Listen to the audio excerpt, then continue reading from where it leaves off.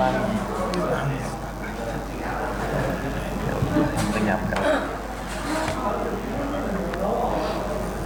Halo, selamat pagi Heart Listeners, apa kabar Anda semua? Senang sekali, saya Ria dan juga rekan saya Jose Marwan pagi hari ini menemani Anda semua dalam rangkaian Heartline Coffee Morning live from Max Coffee Beton Junction, Lipo Village, Tangerang.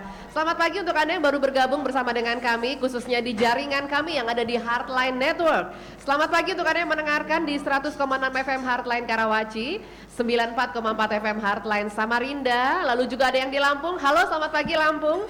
91,7, Anda yang mendengarkan di Bali melalui gelombang 92,2 FM, kemudian juga di Heartline Berau 95,9 serta di 97,0 Harmony FM. Dan saya akan sapa dulu rekan saya Bung Jose Marwan. Halo, selamat pagi Bung Jose. Pagi, ya, ada yang salah? Nggak ada ya? Oh, ada yang betul? Karena ini bertepatan dengan atau menyambut Hari Kartini. Iya, Jadi betul. kita akan berbincang-bincang bagaimana kaitan antara perempuan dan bisnis. Iya, ya sekarang ini banyak loh perempuan-perempuan yang mereka punya usaha sendiri, Bung Iya. Jose. Saya juga. Gitu ya. Enggak lah ya. Oke. Oke, banyak sekali dan kita nanti akan cari tahu juga gimana cara mereka, khususnya mereka yang sudah berkeluarga, punya usaha sendiri dan berkeluarga, menyeimbangkan gitu ya. Ada banyak keterlibatan perempuan dalam dunia bisnis. Ada yang di level small, medium enterprise gitu kan ya, atau UMKM. Tetapi juga banyak perempuan yang juga sudah memimpin di level CEO gitu ya. Iya. Kontribusi mereka di sana. Dan Heart Listener di Heartline Network pagi hari ini juga kita menghadirkan beberapa narasumber yang sangat kompeten sekali. Saya akan memperkenalkan satu persatu Ria ya. Iya, oke. Dan yang pertama ini sudah hadir bersama dengan kita Ibu Nilam Sari Setiono. Pagi Ya, Ibu Nilam. Bu Nilam, selamat pagi. Iya, boleh dipakai mic-nya Ibu Oke. Nilam. Selamat pagi. Iya, Bu Nilam ini adalah owner dan juga founder dari Kebab Turki Baba Raffi. Dan juga founder dari Womanpreneur Community, betul ya Bu Nilam ya? Benar. Oke, selamat pagi. Lalu juga ibu yang kedua, Oh, oke. iya, dengan Ibu Julie Jindrawan MBA, owner dari Robotic Explorer. Pagi Iya. Bu Julie. Pagi Mariama. Iya, Ibu luar kalau lihat biasa Ibu, saya jadi teringat loh Bu. Ingat siapa? Rumah Kata robot. Bapak. Rumah robot. Ya, hari ini robotnya nggak dibawa ya Bu Julie ya? Biasanya kalau kemana-mana bawa robot Itu loh. yang di belakang bukan? Kemarin dari Oke. Jepara. Ya, kemudian yang ketiga ini ada CEO dari Mark Plus, ada Dr. Jackie Musri. Pak Jackie, selamat pagi. Selamat pagi, Pak aku Jackie. Deputy CEO aku. Oke, Deputy ya. CEO. Baik. Deputy CEO. Oke, Oke. kemudian juga ada, nah ini dia nih, bisnis konsultan kita, Ada Pak senior Joko business Kurniawan. consultant. Pagi Ya, Pak Joko. Pagi, selamat pagi Ya, listener. sehat Selamat ya Pak pagi. Joko ya? Sehat. Oke, baik. Nah, Oke. perlu baik. diperkenalkan juga? Oh nggak usah, enggak. nggak usah. Sudah terkenal. Di rumah sendiri Mas Wendy. Oke, saya barangkali Heart Listener saya ingin ke Dr. Jackie Musri dulu deh. Karena ini ngomongin soal perempuan, saya jadi ingat Mark Plus pernah membuat satu research, satu buku Iya. Youth, Women and Netizen gitu kan Iya. ya. Di mana perempuan itu memberikan kontribusi yang sangat luar biasa di dalam pergerakan Iya. bisnis gitu saat ini Iya. gitu, kekiniannya. Mungkin Pak Jackie bisa menyampaikannya itu. Ya kita melihat dalam beberapa tahun terakhir ini, khusus satu dekade terakhir ini, kita lihat ada 3 subcultures yang sangat penting dalam bisnis di Indonesia. Yaitu pertama youth, women, dan netizen. Khususnya untuk women, kita lihat bahwa mereka ini di kira-kira berapa belas kota besar utama Indonesia, mereka ini pertama-tama mereka adalah yang memegang budget household, ya kan? Dan tapi kalau kita tahun 70-an 80-an mungkin tidak terlalu banyak yang bekerja. Sekarang ini luar biasa. Mereka juga memegang budget di rumah tangga, tapi mereka juga menghasilkan. Ya. Baik sebagai profesional maupun sebagai entrepreneur. Nah, khususnya sebagai entrepreneur ini sangat luar biasa karena memang sekarang kita perlukan kan environment sangat dynamic sekali ya, sangat banyak berubah ya, dan kita perlu orang punya multitasking untuk menghadapi environment yang sangat dynamic ini. Dan kalau kita lihat by default ibu-ibu ini dari sejak diciptakan mungkin gitu ya, kalau kita bahasanya begitu ya, itu memang sudah diberi kemampuan untuk melakukan hal-hal yang banyak sekaligus, multitasking itu, dan itu yang sekarang kita lihat diperlukan dalam bisnis. Oke, jadi perempuan menjadi faktor yang sangat diperhitungkan sekali dalam dunia Iya, bisnis kalau gitu. kita lihat 2 hal. Pertama, mereka semakin menentukan untuk dalam berbagai proses pembelian. Pada sisi lain mereka juga semakin aktif baik sebagai entrepreneur dan intrapreneur juga. Iya. Itu yang kita lihat. Saya dapat data dari salah satu Ya. website online shop Ya. bahwa ternyata mereka bukan hanya aktif di entrepreneur tapi juga membelinya aktif banget gitu. Ya, memang begitu ya adanya. Tetapi yang perlu kita lihat adalah sekarang semakin kita ke belakang masyarakat secara umum ya, tidak khususnya women itu semakin sophisticated, makin demanding, makin punya bargaining power yang sangat kuat sekali, dan semakin smart terus terang aja. Itu artinya warning bagi laki-laki dong, Pak. Saya rasa enggak ya, saya rasa itu bukan warning ya, saya rasa semakin bagus kalau saya rasa ya, ada semacam dalam tanda kutip pembagian apa ya, beban gitu ya, saya rasa seperti itu ya, yang dulunya kalau kita di awal-awal tahun 70-an lebih bertumpu pada laki-laki begitulah ya, sekarang kita lihat lebih semakin equal, semakin horizontal, semakin inklusif, seperti itu yang saya lihat. Coba kita tanya ke Ibu Nilam Sari deh.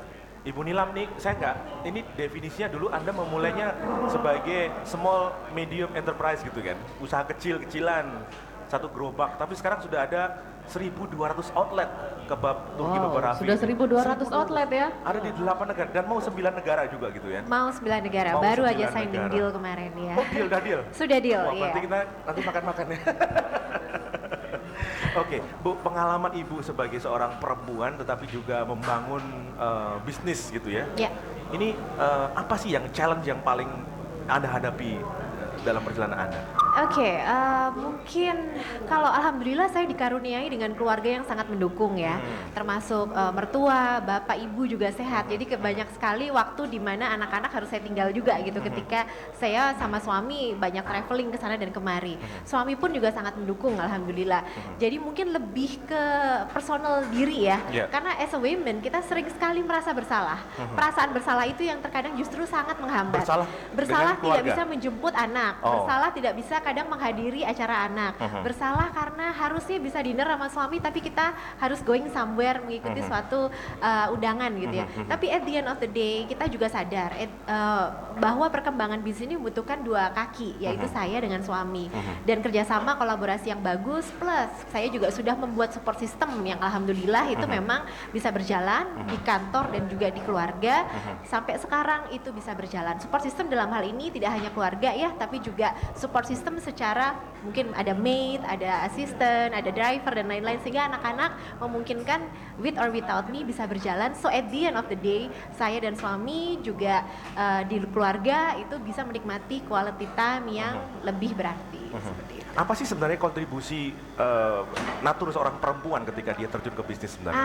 Kalau kucing punya 9 nyawa, kalau perempuan ini punya 9 tangan. Wih. Jadi kita bisa sambil masak, gendong anak, sambil terus habis itu saya sambil telepon dan ngelakuin hal yang lain. Perempuan unbelievable, tapi memang saya percaya mungkin gini, kalau perempuan kita bisa multitasking, tapi laki-laki biasanya dia bisa lebih fokus melakukan satu hal. Jadi both of us memang punya karakteristik Kelebihan kekurangan expertise masing-masing. yang sendiri-sendiri. Ketika digabungkan, saya rasa itu jadi senjata yang powerful. Karena itu Anda berdua dengan suami merintis usaha bersama. Iya, sampai sekarang tetap kayak Tom and Jerry gitu ya, hebring, tapi kalau at the end of the day saling nyari satu sama Oke, lain. ini jangan-jangan pasti orang sedang dengerin gitu ya. Oke, saya ingin ke Bu Juli. Bu Juli, robotik. Saya ketika ngobrol-ngobrol soal robotik itu kan science banget dirinya. Ya. Iya. Dan ketika saya baca biografi Bu Juli, sebenarnya background beliau bukan science gitu ya. Iya. Ya Bu ya? Bukan saya. Bukan ya? Saya di marketing dan finance. Finance kan, di marketing gitu kan. Nah, bagaimana Anda bisa terjun ke, karena ngomongin sains itu kadang-kadang identik dengan laki-laki gitu kan ya. Tapi Anda bisa masuk ke situ dan saya membaca sih Anda jatuh bangun juga, Ya, tapi tetap konsisten di situ. Amin. Apa yang membuat Anda tetap berjuang di Yang jalur itu? membuat saya tetap berjuang balik lagi keluarga. Saya punya 2 anak laki-laki waktu itu dan masih berumur 6 tahun dan 4 tahun waktu itu. Saya pikir saya harus memberikan satu spirit. One day kalau mereka bertanya tentang bisnis mereka, I can just say it, mami aja bertahan, masa kalian nggak bertahan? Maybe one day. But kalau in term of sekarang, kenapa saya lakukan robotik? Karena salah pesan barang satu kontainer. So ada positif side di dalam kecarelessan kita, juga ada positifnya kalau kita sikapi dengan positif. Iya, iya. Tadi Mbak Riyama bilang saya nggak bawa robot, saya bawa Mbak. Nih di baju bawa. saya. Oh. Saya mulai Oh, menciptakan kainnya. batik dan batik tenun robot. Tenun Wow. robot dari Flores juga mulai sudah Itu ada, bisnis Pak. tersendiri dong Bu ya? Tersendiri, dan saya rindu membawa Indonesia ke negara-negara luar agar bisa Indonesia pun punya nama berdiri Apa sejajar. sih sebenarnya yang menjadi visi Anda? Kan robotik itu sesuatu yang futuristik ya. Anda melihat sesuatu di Indonesia ke depan dengan robot-robot ini? Pertama karena saya salah pesan barang, jadi memang saya tidak terlalu suka gadget atau teknologi. Waktu itu saya cum laude, tapi saya suka tulis tangan Pak. Jadi bisa bayangkan waktu saya harus menjalankan robot, itu perjuangan yang sangat berat. Saya belajar teknologi lagi dari awal ya. Tapi saya pikir-pikir kita harus mencintai yang kita kerjakan kan. Jadi sekarang memang background saya tekstil dan I'll do it for tekstil now. Di luar yang robotik sudah meng-Indonesia, saya bersyukur sudah meng-Indonesia sekarang robotik, dan saya rasa banyak 9 tangan tadi kata 9 Ibu tangan, Nilam benar, bisa kemana-mana Pak tangannya robotik juga. Iya, makasih Kemarin Pak. juga katanya ada acara juga di Jepara, tempat lahir Ibu Kartini, Iya. bersama dengan Ibu Yohana Yambise, Ibu Menteri, dan juga Pak Anies Baswedan. Acara apa kemarin? Kemarin Bu? tuh malah ada 5 menteri datang, saya bersyukur kayaknya kabinet pindah ke sana, kabinet gitu. sidang kabinet. Acara Festival Kartini yang tahun depan akhirnya sudah menjadi nasional. Saya jadi doing robotik dengan anak-anak satu kota Jepara kebutuhan khusus, kita workshop robotik dan mereka sangat sukacita. Saya pikir sebentar lagi pasti ada lab robot di Jepara. Oke. Iya. Iya. Oke, Pak Joko, Iya. nih kalau kita lihat data, itu banyak sekali perempuan-perempuan yang terjun ke bisnis itu startingnya dari UMKM, gitu kan ya. Nah, Anda selaku senior consultant bisnis juga di banyak teman-teman UMKM, Anda melihatnya seperti apa? Iya, jadi begini, ketika kita lihat wanita memang awalnya memulai bisnis jarang sekali yang langsung besar ya. Iya. Mereka memulai dari bisnis yang kecil, Rumahan dulu biasanya. dari rumahan, terus akhirnya agak dadakan kok bisa jadi besar. Sebenarnya bukan faktor dadakannya ya, tapi memang faktor upaya yang tadi yang Bu Nilam bilang wanita itu punya 9 tangan sakti. Ya, 9 Ya, tangan, artinya mereka multitasking dan mereka sambil besarin anak, sambil bisnis kecil-kecilan, akhirnya merasa ketika anaknya udah mulai besar, oke, lanjut bisnisnya seperti itu. Tapi yang saya lihat adalah ketika bicara soal wanita, banyak klien saya yang pengusaha wanita itu, mereka saya lihat mereka tuh memang sangat punya sentuhan berbeda ketika bisnis dilakukan oleh seorang wanita. Mereka tuh istilah saya tahan banting. Tahan banting. Tahan banting dan punya pendekatan nilai-nilai humanis yang jauh lebih bagus gitu. Jadi ketika baru buka usahanya mulai membesar, ini ada baiknya ada enggaknya. Mereka sudah punya nilai yang baik yang diberikan kepada karyawan, rela berbaginya lebih besar. Jadi makanya kalau tadi Bu Nilam sama Pak Endi 2 kaki gitu, ya penyeimbang lah ya gitu ya. Tapi intinya mereka tahan banting dan multitasking tadi. Oke, tahan banting dan mesti tahan. Makanya kenapa perempuan ini katanya jadi penolong begitu, Iya. karena tahan banting Berarti itu yang ya. penolong lebih kuat daripada yang ditolong. Iya, iya lebih kuat daripada yang ditolong. Oke, hard listener, kita akan break dulu sebelum kita lanjutkan perbincangan menarik kita menyambut Hari Kartini, bagaimana perempuan juga memiliki kekuatan atau kontribusi yang besar dalam dunia bisnis dalam membangun Indonesia.